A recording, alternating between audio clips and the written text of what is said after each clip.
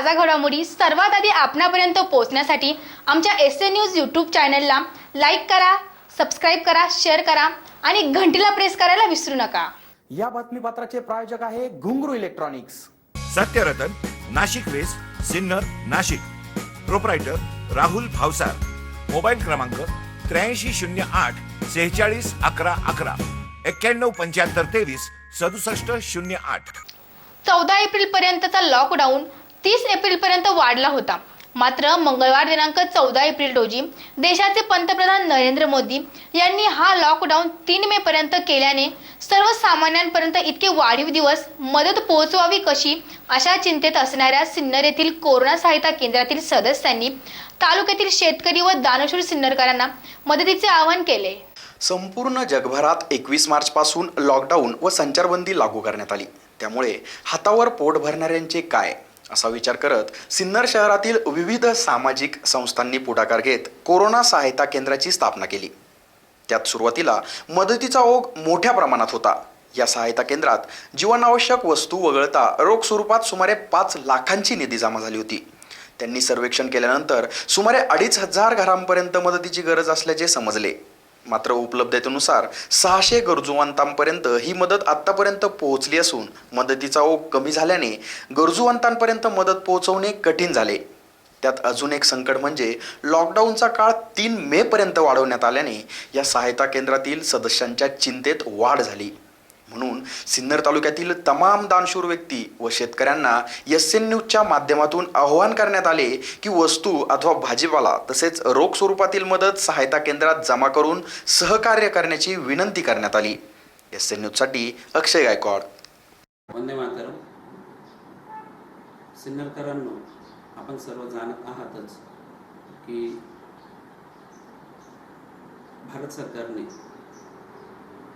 Lockdown हा 14 एप्रिलपर्यंत ठेवला होता आणि आजच आपल्या देशाचे माननीय पंतप्रधान नरेंद्रजी मोदी साहेब यांनी हा लॉकडाऊन 3 मेपर्यंत वाढवला आहे। सिन्नरमध्ये आपण सिन्नर कोरोना सहायता केंद्र हे स्थापन केलेलं आहे। या केंद्रामार्फत आपण सिन्नर शहरातील जे गरजू कुटुंबीय आहेत त्यांच्यापर्यंत अन्नधान्य म्हणजे कोरडा शिधा पुरवण्याचं काम मागील काही दिवसात केलं।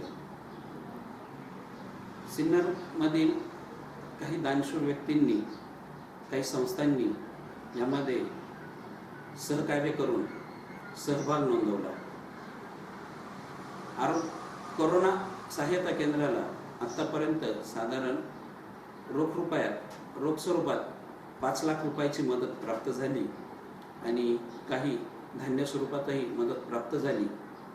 तर त्या मदतीच्या मुळेच आपण सिन्नर शहरातील साधारणपणे 700 कुटुंबियांना आपण अन्नधान्याचं जे किट आहे ते देऊ शकलो। त्याचप्रमाणे विठ्ठलेश्वर फाउंडेशन यांच्यामार्फत पण साधारणपणे 200 कुटुंबियांना हे किट देण्यात आलेलं आहे। मित्रांनो, आता लॉकडाऊन वाढलेला आहे 3 मे पर्यंतचा आणि या ठिकाणी कोरोना सहायता केंद्र याला आलेला मदतीचा ओघही काहीसा कमी पडला आहे। त्यामुळे आपल्याला आता या ठिकाणी मदतीची खूप खूप खूप गरज आहे। मी सर्व सिन्नरकरांना आवाहन करतो की ज्यांना शक्य आहे त्यांनी धान्य स्वरूपात किंवा रोख स्वरूपात कोरोना सहायता केंद्र या ठिकाणी मदत द्यावी। मी जाणतो की आपण खूप मोठे दानशूर आहात आणि आपण ज्या समाजात राहतो त्या समाजाचं ऋण फेडण्याची ही संधी आपणास प्राप्त झाली आहे आणि या समाजाचं ऋण आपण कधीही फेडू शकत नाही, पण त्याच्यातून किंचितशी आपण त्याचं ते ऋण फेडू शकतो। यासाठी आपण या केंद्राला मदत करावी अशी मी आपणास विनंती करतो। कारण आपण यामध्ये धान्य स्वरूपात मदत करू शकतात किंवा रोख स्वरूपातही मदत करू शकतात। मागील 15 दिवसापूर्वी कोरोना सहायता केंद्र आपण रामनगरी येथील लायन्स क्लबमध्ये चालू केला.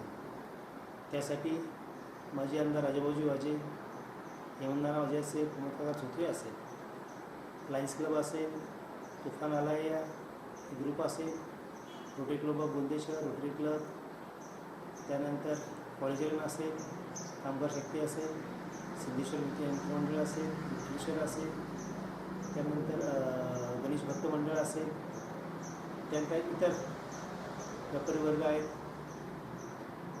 लालाशेठजी चांडक असेल, यांच्या सर्वांच्या एकत्र येण्याने आज जवळपास 750 कुटुंबांपर्यंत आपण अन्नधान्य किट आपण पोहोच केलं.